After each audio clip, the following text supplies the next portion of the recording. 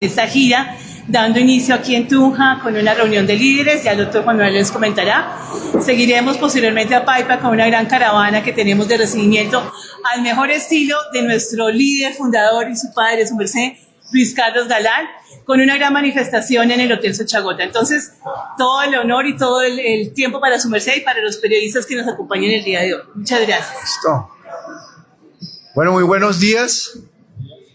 Muchas gracias por su presencia, por su asistencia a este encuentro con ustedes en este recorrido que emprendemos por el departamento de Boyacá, un departamento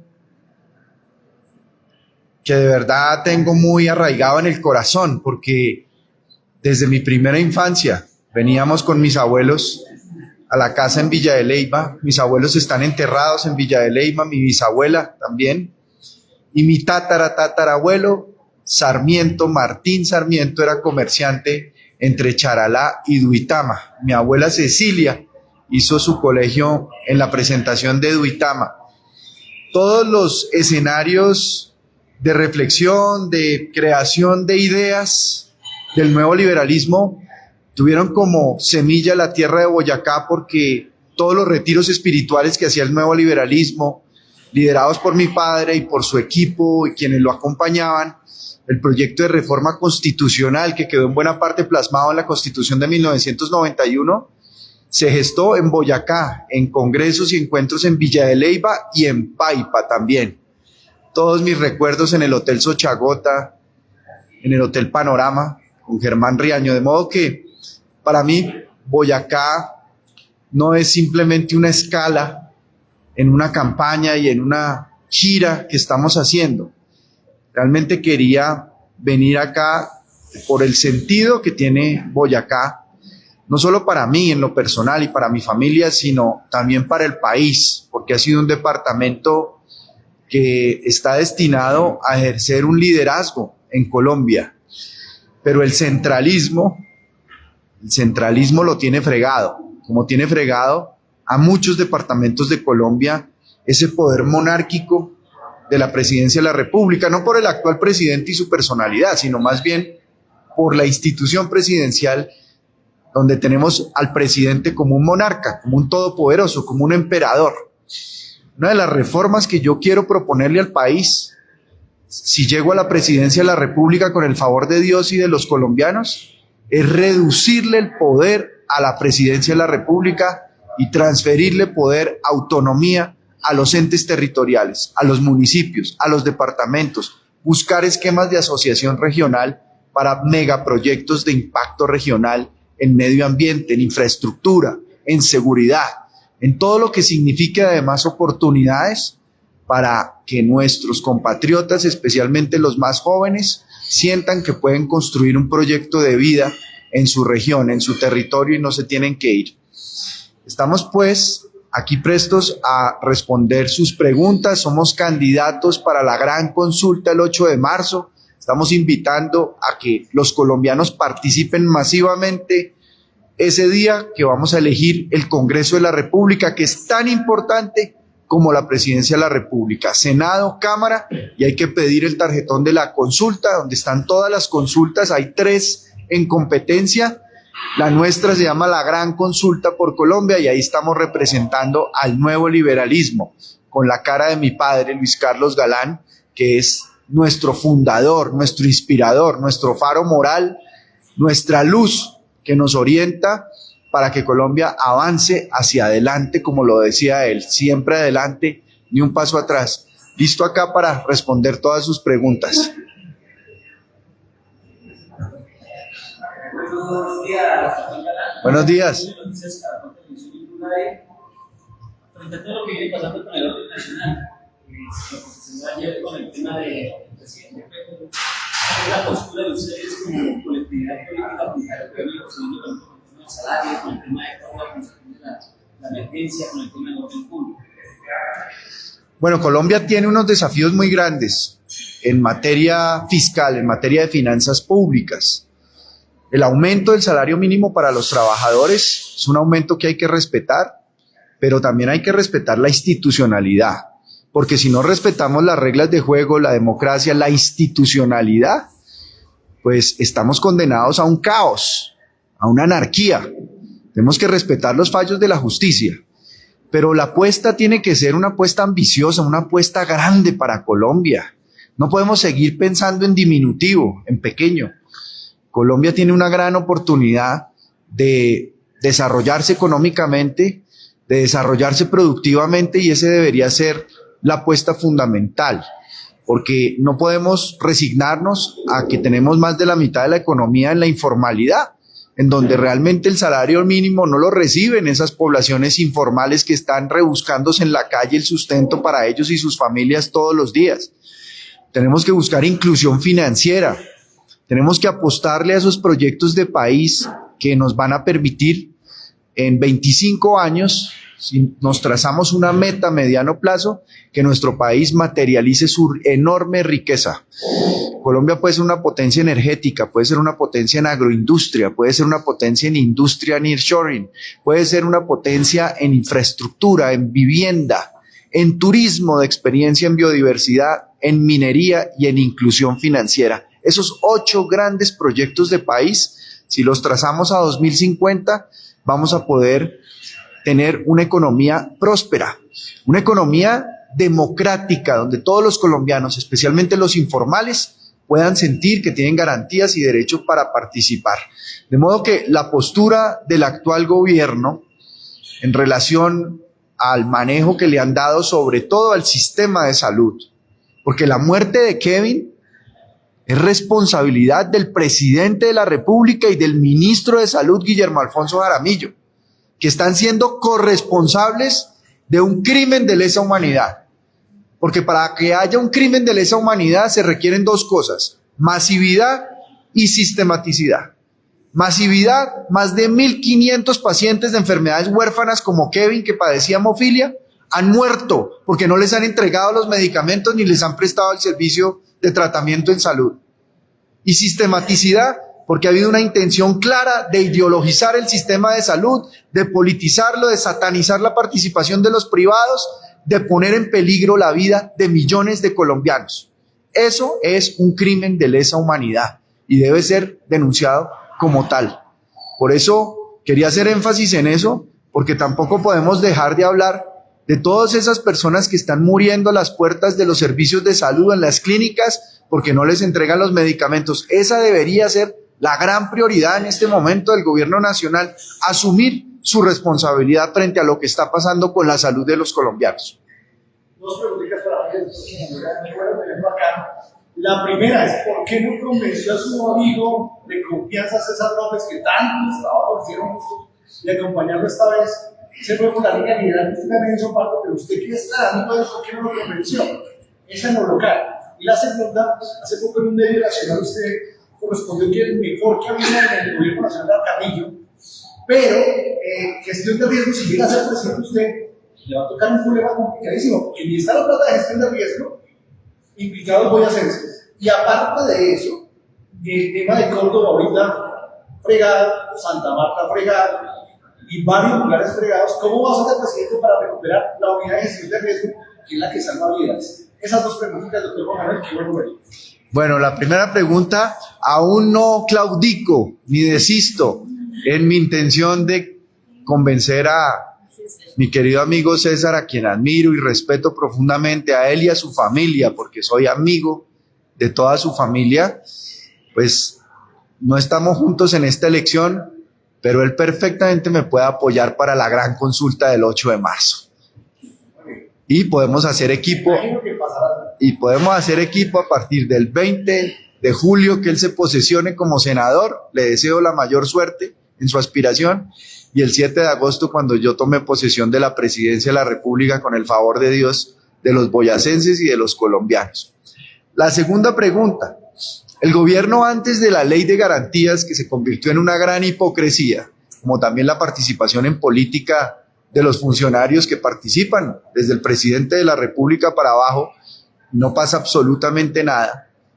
14 billones de pesos en burocracia, en órdenes de prestación de servicios que se han convertido en una esclavitud política para miles de colombianos que, en razón a sus necesidades, de ellos y de sus familias, les toca emplearse y aceptar una orden de prestación de servicios que un político les obliga a entregar plata mensualmente, a llevar gente a la reunión política, a registrar votantes, a repartir cupos de publicidad. Eso no puede seguir. Entonces, toda esa plata hay que reorientarla precisamente hacia entidades como gestión del riesgo, que atienden las consecuencias del cambio climático, que no es un evento extraordinario, eso es la nueva normalidad. Yo, por ejemplo, propongo que el Ministerio de Hacienda y Crédito Público tenga un cambio de nombre y se llame Ministerio de la Bioeconomía y del Cambio Climático, para que el presupuesto nacional, la economía, el manejo de la economía, esté orientado hacia esas dos posibilidades que tiene Colombia y prioridades que tiene que atender. Precisamente para que los compatriotas de Córdoba, los compatriotas que están sufriendo la improvisación del actual gobierno, la corrupción, aquí estamos viendo que la corrupción causa víctimas mortales, porque cuando hay corrupción no solamente se pierde la plata para la inversión en obras que beneficien a la gente, cuando se roban la plata hay muertes, hay gente que termina muriéndose porque no la atendieron porque se robaron la plata, como cuando se viene abajo una carretera o como cuando no hay plata para la unidad para la gestión del riesgo para atender las catástrofes y las tragedias que está viviendo nuestro país por causas del cambio climático. Así que vamos a trabajar en poner en orden las finanzas públicas y en no solamente no robar, sino no dejar que roben, porque esa es la responsabilidad de un presidente de la República, no solamente no robar, es no dejar que roben. Doctor, muy buenos días, de la emisora La Barranquilla. ¿Qué lo hace diferente a usted a los demás candidatos para esta elección 8 de marzo? Le voy a decir qué me hace diferente. A mí cada rato me dicen, por supuesto, que soy hijo de Luis Carlos Galán, y siento un profundo orgullo de serlo. Pero tal vez mucha gente no sabe que soy hijo también de Gloria Pachón, una mamá que quedó viuda porque le asesinaron a su esposo con 3 hijos, uno de 17, uno de 15 y uno de 12, y que con un amor incondicional, como millones de mujeres en Colombia que son madres y que quieren sacar adelante a sus hijos con su trabajo, nos sacó adelante a mis hermanos y a mí. Y hoy yo pienso en Colombia y veo la imagen de Colombia como una madre que ha sido golpeada, que ha sido maltratada, que está en medio de la violencia.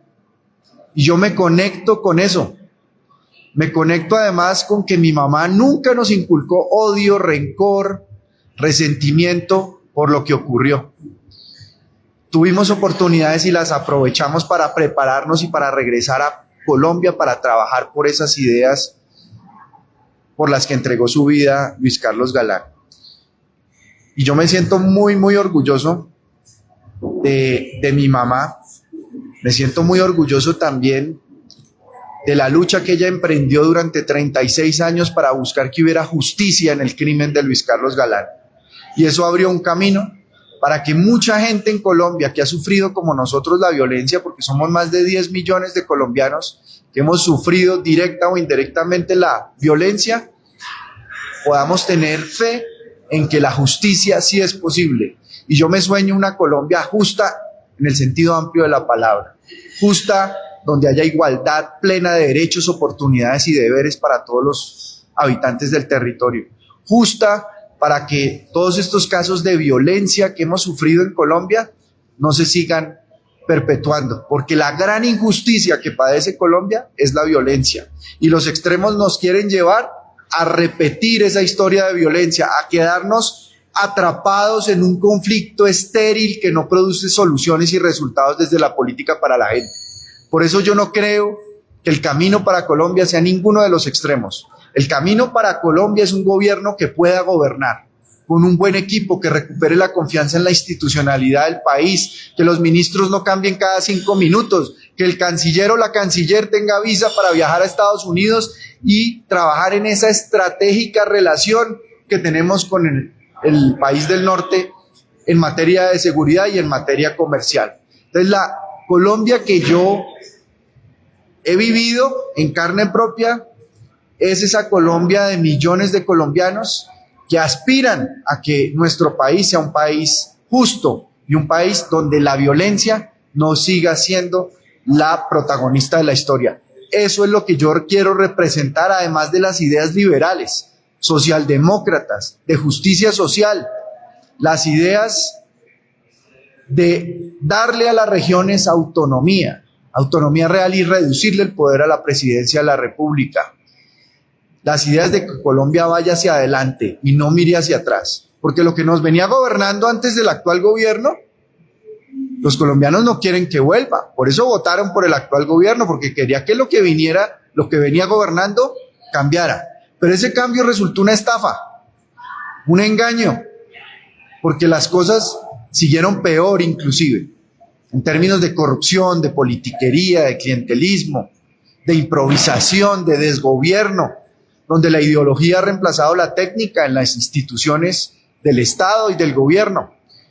Entonces, tenemos que responderle a esa promesa de cambio a los colombianos y hacer un cambio de verdad democrático que permita que Colombia avance, sea productiva, que recuperemos la relación con nuestros empresarios como aliados fundamentales del país para generar empleo y crecimiento. Eso es lo que yo estoy representando en esta gran consulta. La posibilidad de unir a Colombia. Trabajé en el Senado en 17 leyes que unieron diferentes posiciones de derecha, de izquierda, de centro. Colombia necesita a alguien que sepa construir acuerdos y acuerdos para empezar a derrotar la injusticia en nuestro país.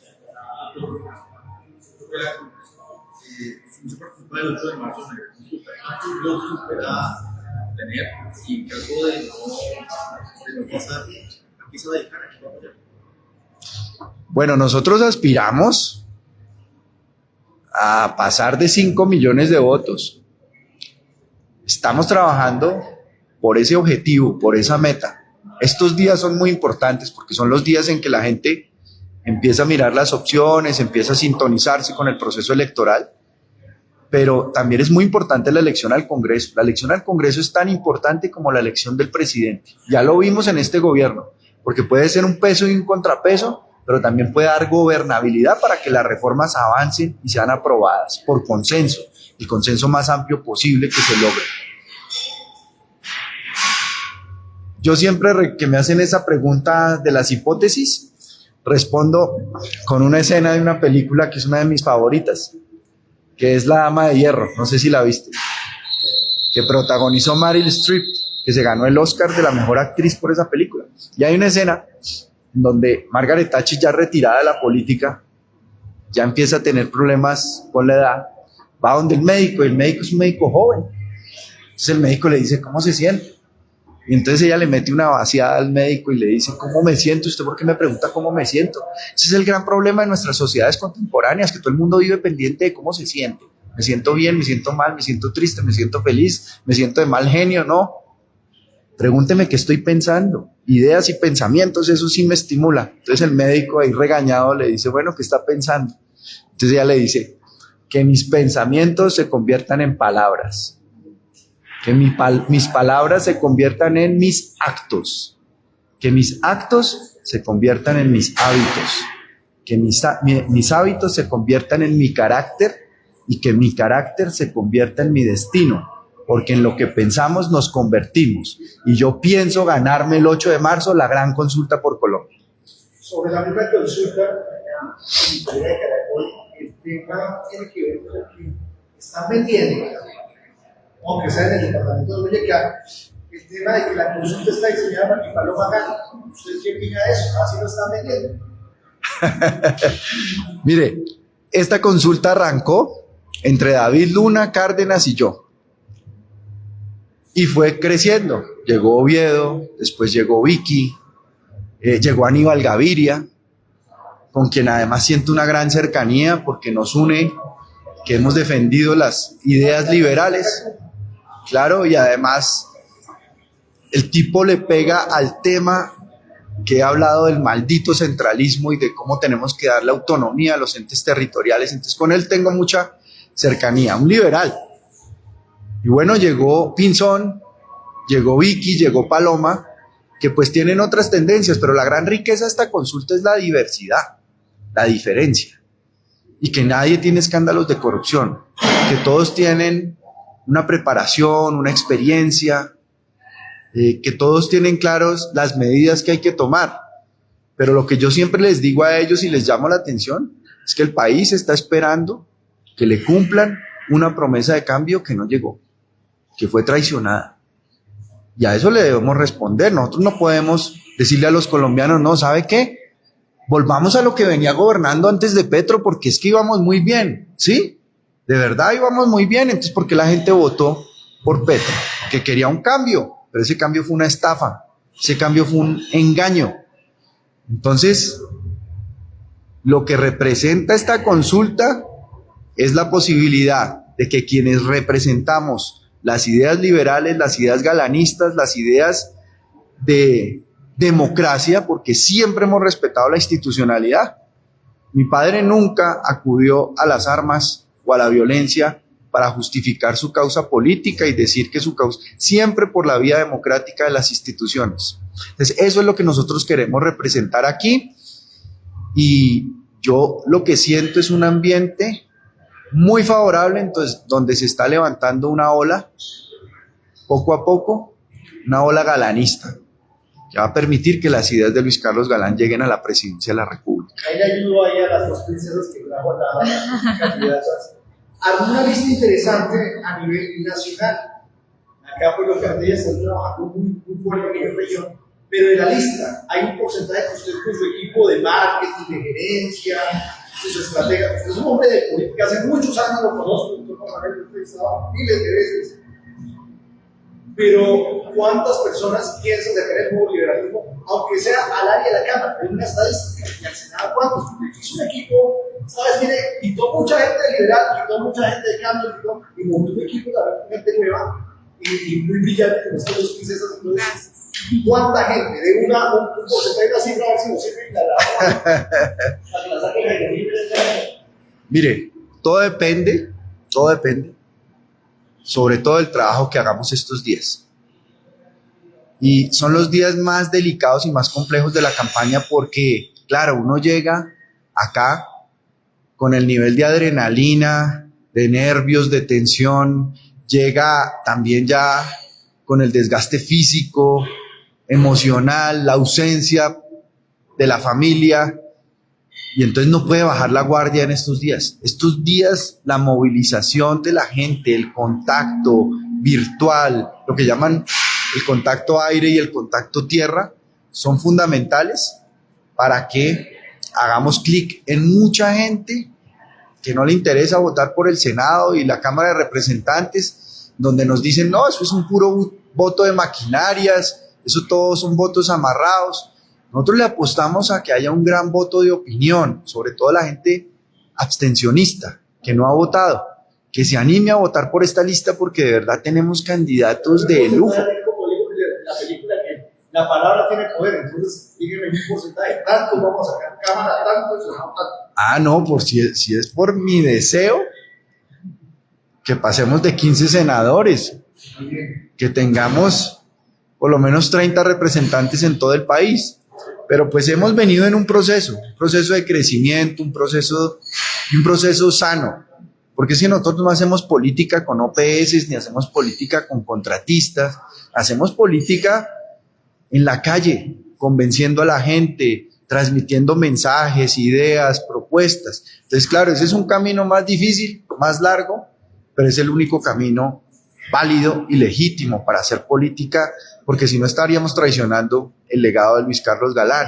Entonces esperamos tener esa mayoría en el Congreso para en el primer año de gobierno sacar un plan nacional de desarrollo que contemple todas las reformas que nosotros queremos avanzar. Una de las reformas urgentes, la reforma a la justicia, porque el problema de seguridad que tiene el país está muy ligado al problema de no tener una justicia que actúe, que proceda. que judicialice, que investigue, porque es una justicia que no tiene suficientes capacidades, hay que reconocerlo. Yo me encontré con el fiscal de La Guajira. No sé cuántos fiscales hay acá en Boyacá. ¿Cuántos fiscales? Bueno, la fiscalía en tarea para nuestras candidatas. La fiscalía en La Guajira tiene un fiscal que tiene 3.800 procesos en su despacho y un auxiliar que lleva 6 meses incapacitado por razones médicas. Entonces, con esas capacidades, ¿cómo podemos luchar contra la impunidad? ¿Por qué avanzó el caso de Odebrecht en Perú y el Lavallato en Brasil? Porque tenían equipos de 15 fiscales con dedicación exclusiva, especializados con policía judicial, con tecnología, en línea con los jueces, que se dedicaron a desmantelar la red de corrupción, la estructura criminal. Eso es lo que tenemos que buscar para nuestra justicia y hacer más expeditos los procesos de alto impacto como el hurto callejero, la extorsión, el microtráfico. Esas son algunas de las reformas que el próximo Congreso va a tener.